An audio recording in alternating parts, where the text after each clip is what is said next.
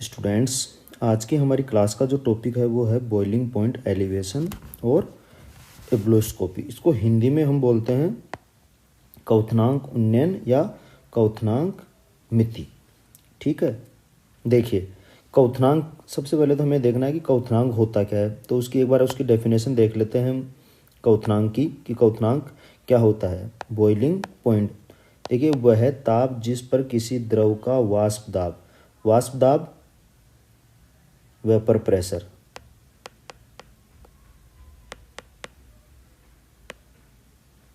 वायुमंडलीय दाब atmospheric pressure के बराबर हो जाता है, उस द्रव का क्वथनांक कहलाता है। मतलब वो टेम्परेचर, जिस टेम्परेचर पर किसी भी द्रव का वाष्प दाब वायुमंडलीय दाब के बराबर हो जाए, उस द्रव का क्वथनांक कहलाता है। जैसे पानी 100 डिग्री सेंटीग्रेड पे उबलता है, क्यों? क्योंकि इस टेम्परेचर पे इसका वाष्प दाब वायुमंडलीय दाब अर्थात 1 एटमॉस्फेयर के बराबर हो जाता है।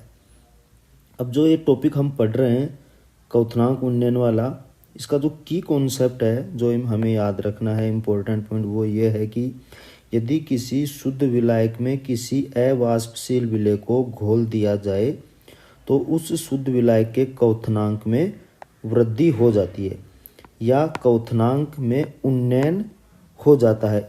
इसी कारण विलयन का क्वथनांक शुद्ध विलायक से सदैव अधिक होता है।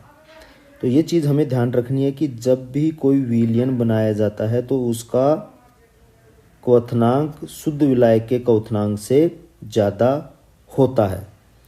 ठीक है, तो क्वथनांक में उन्नयन एक अनुसंख्यक गुणधर्म, अनुसंख्यक गुणधर्म मतलब कोलिगेटिव प्रॉपर्टी, अनुसंख्यक गुणधर्म है, क्योंकि यह विलेय अणुओं की संख्या पर निर्भर करता है। जितनी अधिक मात्रा में विलेय होगा क्वथनांक उन्नयन उतना ही अधिक होगा। इस कारण से इसको हम बोलते हैं अनुसंख्यक गुणधर्म। आगे देखिए आप, एक डायग्राम मैंने आपके सामने बना रखा है। इस डायग्राम को जरा ध्यान से देखिए, किस चीज़ का क्या मतलब है पहले वो समझा देता हूँ, उसके बाद में हम इसकी थ्योरी स्टडी करेंगे।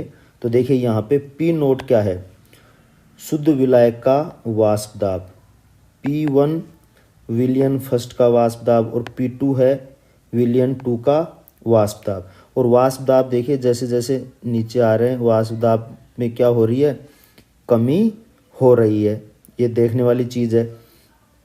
और यहाँ पे X, Y और Z 3 ग्राफ दिखा रखे हैं मैंने, जहाँ पे X वाला विलायक के लिए, Y वाला विलयन फर्स्ट के लिए और Z वाला विलयन 2 के लिए। विलयन फर्स्ट और विलयन सेकंड में सिर्फ सांद्रता का फर्क है। विलयन सेकंड की सांद्रता क्या है, ज़्यादा है विलयन फर्स्ट से। और जैसे जैसे हम इन विलायक और विलयन का जब टेम्परेचर बढ़ाते हैं, तो जब ये इनका वाष्प दाब वायुमंडलीय दाब के बराबर हो जाता है तो ये उबलने लग जाते हैं। जैसे विलायक को यदि मैं गर्म करूँगा तो इसका वाष्प दाब बढ़ना शुरू होगा और एक पॉइंट ऐसा आएगा जिस पर वायुमंडलीय दाब के बराबर हो जाएगा, तो वो पॉइंट क्या है, ए। और इस पॉइंट ए के कोरस्पॉन्डिंग जो टेम्परेचर आएगा वो इस विलायक का बॉइलिंग पॉइंट होगा। इसी प्रकार से जो विलयन फर्स्ट है उसका जो बॉइलिंग पॉइंट होगा, पॉइंट बी के कोरस्पॉन्डिंग वो ये होगा T1 विलयन फर्स्ट का क्वथनांक। और इसी तरीके से जब मैं विलयन 2 को जब गर्म करूँगा तो इसका वाष्प दाब बढ़ेगा और बढ़कर किसके बराबर हो जाएगा, वायुमंडलीय दाब के बराबर हो जाएगा। उस ताप पे ये उबलने लग जाएगा। तो इस पॉइंट, इसके कोरस्पॉन्डिंग जो टेम्परेचर आएगा वो विलयन 2 का क्वथनांक कहलाएगा। तो TB, T1 और T2 तो ये तो हो गए, ये TB हो गया शुद्ध विलायक का क्वथनांक, T1 विलयन फर्स्ट का क्वथनांक और T2 विलयन सेकंड का क्वथनांक। और ये देखो बढ़ते हुए क्रम में है। ठीक है, और इधर वाष्प दाब क्या है, घटते हुए क्रम में है, ये इस तरीके से। ठीक है, तो ये आपको ध्यान में रखना है। और ये जो ग्राफ है, ये ग्राफ किसका है, vapour pressure temperature curve for solution and solvent. वाष्प दाब ताप वक्र विलायक तथा विलयन के लिए। तो ये ग्राफ आपको ध्यान में रखना है। अब देखिए हम इसकी थ्योरी के बारे में चर्चा करते हैं, क्या होता है इसमें उसको देखिए आप। यदि शुद्ध विलायक का क्वथनांक Tb और विलयन का क्वथनांक T हो तो विलयन और विलायकों के क्वथनांक का अंतर T माइनस Tb होगा, क्योंकि Tb का मान कम है और T का मान क्या है, ज़्यादा, उसको हम बोल देंगे डेल्टा Tb। और ये डेल्टा Tb क्या है, क्वथनांक का उन्नयन, एलिवेशन इन बॉइलिंग पॉइंट कहलाता है।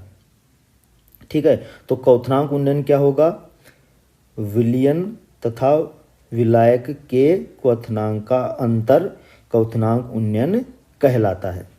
चित्र में शुद्ध विलायक तथा विभिन्न सांद्रताओं पर, सांद्रताएं कौन सी हैं, 1 और 2, विभिन्न सांद्रताओं पर दो विलयनों के वाष्प दाब तथा ताप के मध्य आरेख खींचा गया है, जहां विलयन 2 की सांद्रता विलयन फर्स्ट से अधिक है। ये वक्र 1 एटमॉस्फेयर दाब पर खींची गई क्षैतिज रेखा को क्रमशः ए, बी और सी पर काटते हैं। देखिए ये रहा, ए, बी और सी पे काटते हैं क्षैतिज रेखा को। ये वाली क्षैतिज रेखा है, इस क्षैतिज रेखा को ए, बी और सी पे काटते हैं। किसके ग्राफ, सॉल्वेंट, सॉल्यूशन फर्स्ट और सॉल्यूशन सेकंड के। इसी प्रकार ए, बी, सी से ताप अक्ष की ओर खींची गई लंबवत रेखाएं Tb, T1 और T2 द्वारा प्रदर्शित की जाती हैं, जो क्रमशः शुद्ध विलायक, विलयन फर्स्ट तथा विलयन सेकंड के क्वथनांक को प्रदर्शित करती हैं। देखिए ये रही 1, 2 और 3, इस तरीके से एक किसको रिप्रेजेंट करती हैं, क्वथनांक को रिप्रेजेंट करती हैं, जिससे स्पष्ट होता है कि विलयन का क्वथनांक विलायक के क्वथनांक से अधिक होता है। तो ये चीज़ हमें ध्यान रखनी है कि विलयन का क्वथनांक विलायक के क्वथनांक से अधिक होता है। आगे देखिए, अत्यंत तनु विलयनों के लिए वाष्प दाब तथा ताप में खींचे गए वक्र क्वथनांक के निकट लगभग सीधी रेखा में होते हैं, अतः ये एक दूसरे के समांतर होते हैं। देखिए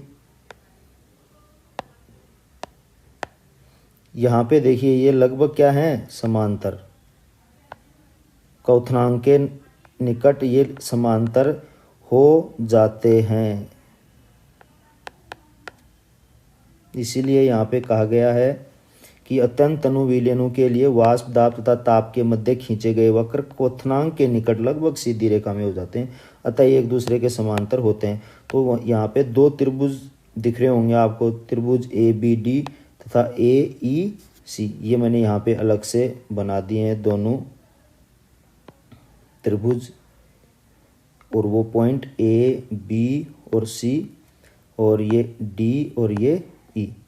ठीक है, ये वाला जो है ये P नोट के लिए था, ये P1 के लिए था और ये P2 के लिए था। ये मैं आपको समझाने के लिए दिखा देता हूँ। ये TB आ रहा था यहाँ पे, और ये T1 आ रहा था यहाँ पे, और ये T2। अब आपको क्लियर हो गया होगा। तो देखिए, अतः त्रिभुज में AC अपॉन AE ये इक्वल होगा AB अपॉन AD के। अब इसको हम क्या कर लेंगे, रीअरेंज कर लेंगे। रीअरेंज करेंगे तो क्या आएगा, AC अपॉन AB, AB को इधर ले आओ, AB आ जाएगा, और AE को ले जाओ ऊपर।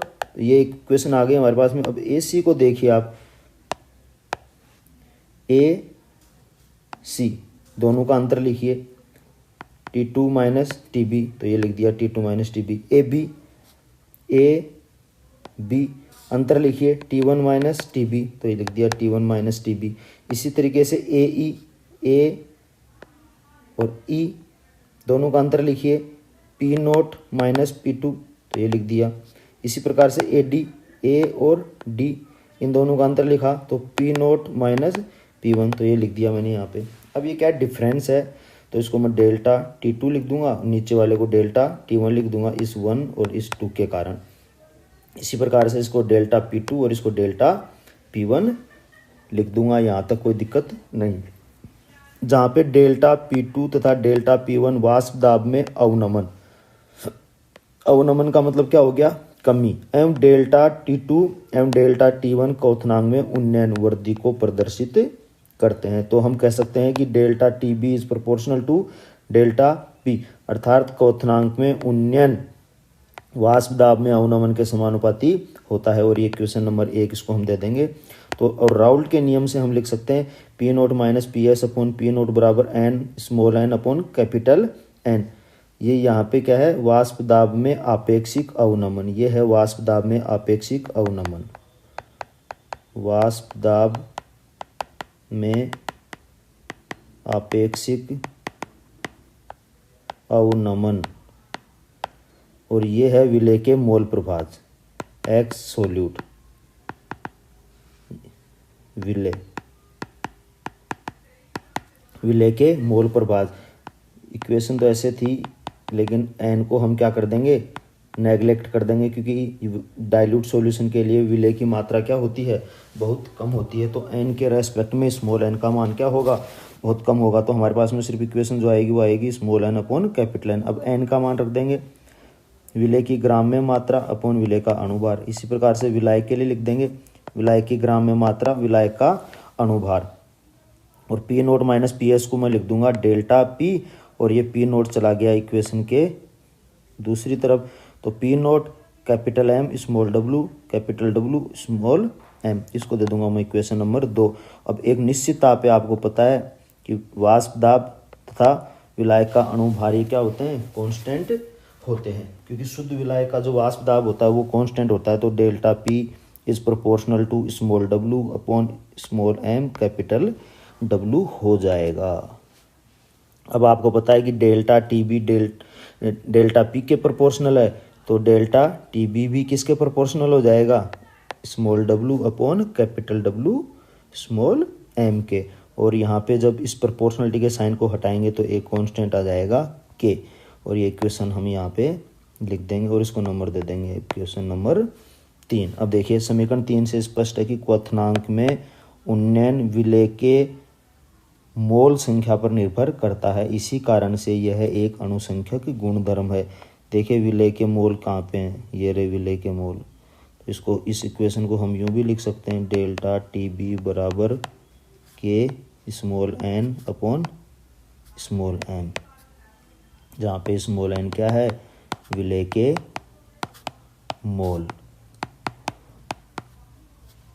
और ये कैपिटल M ये सॉरी स्मॉल m क्या है, विलायक की ग्राम में मात्रा, विलायक की मात्रा। ठीक है। अब देखो यहाँ पे K क्या है, बॉइलिंग पॉइंट कांस्टेंट या एलिवेशन कांस्टेंट, इसके लिए सॉल्वेंट के लिए इसको बोलते हैं हिंदी में उन्नयन स्थिरांक K को। अब देखिए यदि small w upon capital W का मान कितना हो, 1, अर्थात 1 मोल विलेय, 1 मोल विलेय, और जो विलायक की मात्रा है वो भी कितनी हो, 1 ग्राम हो, 1 ग्राम विलायक। तो जो हमारे पास इक्वेशन आएगी वो क्या आएगी, डेल्टा TB बराबर K, और इसको हम दे देंगे इक्वेशन नंबर 4, क्योंकि ये भी 1 हो गया और ये भी 1 हो गया, तो डेल्टा TB किसके इक्वल है, K के इक्वल हो जाएगा। अब देखिए अतः किसी विलायक का उन्नयन स्थिरांक किसी अवाष्पशील विलेय के 1 ग्राम अणु का मतलब 1 मोल को 1 ग्राम विलायक में विलय करने पर विलायक के क्वथनांक में उत्पन्न उन्नयन के बराबर होता है। तो उन्नयन स्थिरांक क्या होता है, विलेय के 1 मोल को जब विलायक के 1 ग्राम में घोला जाता है तो विलयन के क्वथनांक में कितना उन्नयन होता है वो उसका उन्नयन स्थिरांक कहलाता है। ठीक है।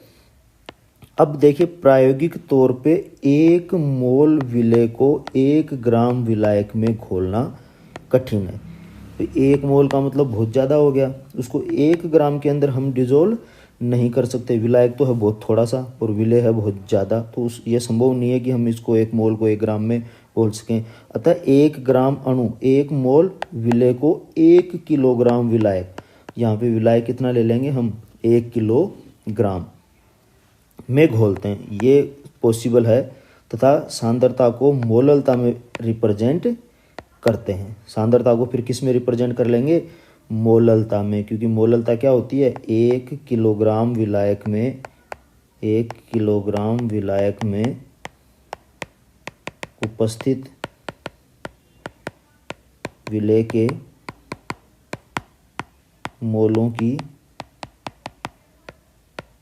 संख्या मोललता कहलाती है। तो देखिए small W upon capital W ये तो हो गया 1 मोल, और स्मॉल एम कितना हो गया 1000 ग्राम, ये रख दे देंगे उस इक्वेशन में। तो क्या आ जाएगा, डेल्टा टी बी बराबर के अपॉन 1000। देखिए ये रहा, इसका पेन का मैं कलर चेंज करके आपको दिखा देता हूँ। Small W upon capital W, इसकी जगह पे तो आ गया आपका 1, और इसकी जगह पे कितना आ गया आपका 1000 ग्राम। तो इसलिए मैंने लिख दिया यहाँ पे के अपॉन 1000, और इस के अपॉन 1000 को मैं नाम दे दूंगा के बी, और ये इक्वेशन नंबर 5। और अब यहाँ पे के क्या है 1000 के बी, इस के का अगर मैं मान निकालूंगा ये मल्टीप्लाई हो गया 1000 के बी, और इक्वेशन नंबर हो गई 6। अब यहाँ पे के बी क्या है, मोलल एलिवेशन कांस्टेंट, इसको हिंदी में बोलते हैं मोलल उन्नयन स्थिरांक या इब्लोस्कोपिक कांस्टेंट या क्वथनांक मितिक स्थिरांक। अब समीकरण 3 और समीकरण 6 से, समीकरण 6 तो ये हो गई, और समीकरण 3 कौन सी है देख लीजिए, समीकरण 3 ये रही। इन दोनों इक्वेशन से हमें एक नई इक्वेशन मिल जाएगी, डेल्टा टी बी बराबर 1000 के B small W capital W small M. या इस इक्वेशन को हम थोड़ा सा और अरेंज करेंगे तो डेल्टा टी बी बराबर क्या आ गया, मोललता गुणा के बी। ठीक है, तो के बी तो ये रहा, और बाकी की जो टर्म बच गई वो किसके इक्वल हो जाएंगी, मोललता के इक्वल हो जाएंगी। मतलब small W into 1000 upon capital W, ये क्या है मोललता। मतलब 1 किलोग्राम विलायक में उपस्थित विलेय के मोलों की संख्या क्या कहलाती है, मोललता। तो मैंने यहाँ लिख दिया मोललता इंटू के बी, और क्वेश्चन नंबर 8। या delta T B is proportional to molality, क्योंकि के बी तो क्या है कांस्टेंट। अतः 1 मोल अवाष्पशील विलेय को 1 किलोग्राम विलायक में घोलने पर क्वथनांक में उन्नयन मोलल उन्नयन स्थिरांक कहलाता है, और इसकी जो यूनिट होती है वो होती है केल्विन किलोग्राम मोल इनवर्स। ध्यान रखना यहाँ पे केजी आएगा न कि ग्राम। अब ऊष्मागतिकी के द्वारा वॉन हॉफ ने क्या है केबी का मान ज्ञात किया था, किस तरीके से ज्ञात किया था हम देख लेते हैं इसको एक बार। केबी का मान ज्ञात किया था इस फॉर्मूले से, R T B square upon 1000 L B. यहाँ पे आर तो क्या है कांस्टेंट है, जिस गैस कांस्टेंट। एल बी क्या है लेटेंट हीट ऑफ वेपोराइजेशन या वाष्पन की गुप्त उष्मा, और एल बी का जो मान होगा वो होगा delta H B upon capital M. M क्या है मोलर मास ऑफ सॉल्वेंट। इसका मान यहाँ पे इस इक्वेशन में रख देंगे तो के बी आ जाएगा हमारे पास में M R T B square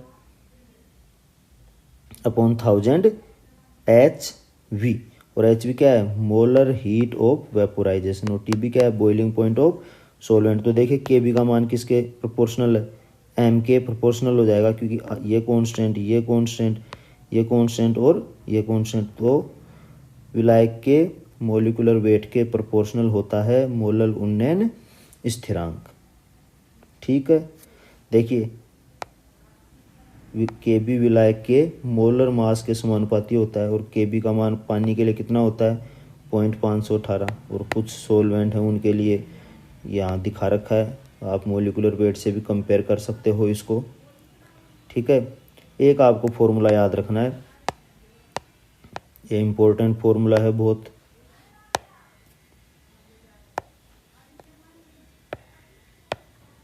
very important, ये न्यूमेरिकल सोल्व करते टाइम काम आता है कि डेल्टा टी बी का मान कैसे निकालते हैं। कुछ नहीं करना होता, सॉल्यूशन का बॉइलिंग पॉइंट माइनस सॉल्वेंट का बॉइलिंग पॉइंट, और आपको बताया सॉल्यूशन का बॉइलिंग पॉइंट ज़्यादा होता है सॉल्वेंट का कम होता है, तो ज़्यादा में से कम को माइनस कर दो, डेल्टा टी बी आ जाएगा।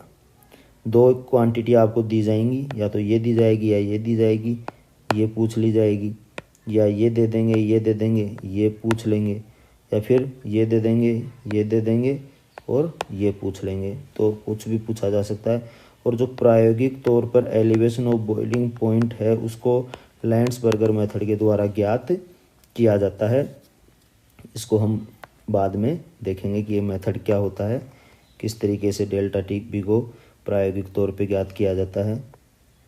और वान हाफ ने इसको ऊष्मागतिकी के द्वारा के बी का मान तो यहाँ ज्ञात किया था, डेल्टा टी बी का मान हम लैंड्सबर्गर मेथड से ज्ञात कर सकते हैं, उसको भी हम आगे की क्लास में देख लेंगे। तब तक के लिए धन्यवाद।